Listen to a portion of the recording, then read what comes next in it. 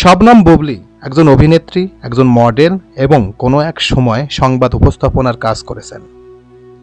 এছাড়াও শবনম বুবলীর আরও একটি গুরুত্বপূর্ণ পরিচয় রয়েছে, সেটা হচ্ছে বাংলাদেশের কিং খান শাকিব খানের স্ত্রী। কিন্তু শবনম বুবলী বারবার সংবাদ শিরোনামের হেডলাইনে আসেন, কিন্তু কেন, কি কারণে বারবার তিনি আলোচনায় আসেন? নতুন খবর হচ্ছে গান বাংলার টেলিভিশনের ব্যবস্থাপনা পরিচালক কৌশিক হোসেন তাপসের সঙ্গে নাকি প্রেম করছেন।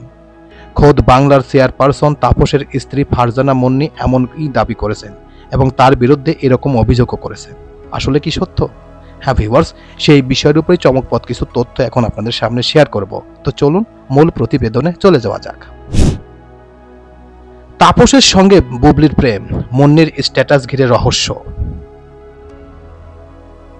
ঢাকাই সিনেমার অভিনেত্রী শবনম বুবলী নতুন সম্পর্কে জড়িয়েছেন।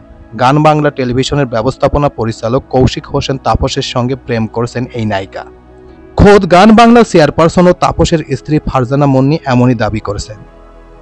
শুক্রবার মধ্যরাতে ফেসবুকে স্ট্যাটাসে এই দাবি করেন তিনি, যদিও কিছুক্ষণ পর স্ট্যাটাসটি সরিয়ে ফেলা হয়। কিন্তু স্ট্যাটাসটির স্ক্রিনশট ছড়িয়ে পড়েছে সামাজিক যোগাযোগ মাধ্যমে, আর এই নিয়ে চলছে আলোচনা সমালোচনা।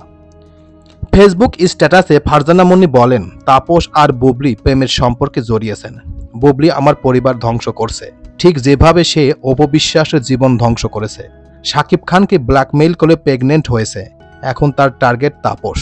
আমার যদি কিছু হয় সেই জন্য তাপস ও বুবলী দায়ী থাকবে।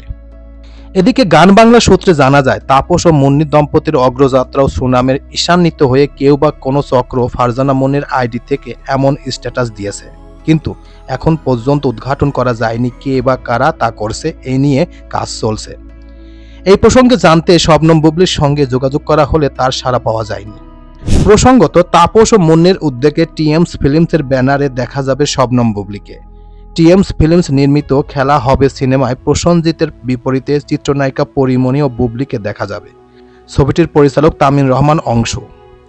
আসলে কি কারণে শবনম বুবলী এসব কাজে জড়িয়ে পড়েছেন? বারবার কেন তার নিয়ে এরকম নতুন নতুন ঘটনা ঘটছে?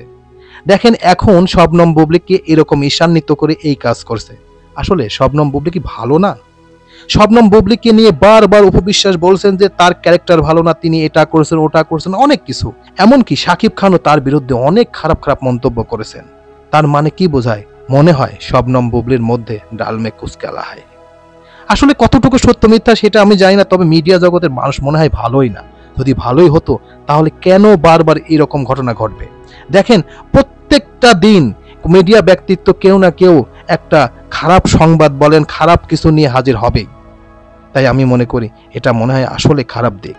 তাছাড়া বারবার কেন এরকম ঘটনা ঘটবে? তাই যাই হোক, তাপস মুন্নির দম্পতি যেন ভালো থাকুক এবং সেই দোয়াই কামনা করি। ফারজানা মুন্নি যে এমন দাবি করেছেন, এটার কতটুকু সত্য মিথ্যা আছে সেটাও আমরা জানি না। যদি সত্যও হয়ে থাকে তাহলে শবনম বুবলীর উদ্দেশ্যে একটি কথাই বলবো, অনেক খেলেছেন, আর খেলার দরকার নাই। বয়স তো অনেকই হয়েছে, বারবার এরকম শিরোনামে আইসেন না। এতে আপনার ক্যারেক্টার বলেন, আপনার চরিত্র সম্পর্কে বাংলাদেশের মানুষ খুব খারাপ মন্তব্য করে। তাই রিকোয়েস্ট করি, এটা করেন না। বারবার কেন এসব খারাপ কাজ করেন? এগুলো আসলে খারাপ দিক। আপনারা মডেল অভিনেত্রী কাজ করবেন, সেইটা এনাফ। কেন ব্যক্তিগত বিষয় নিয়ে এরকম করা দরকার কি?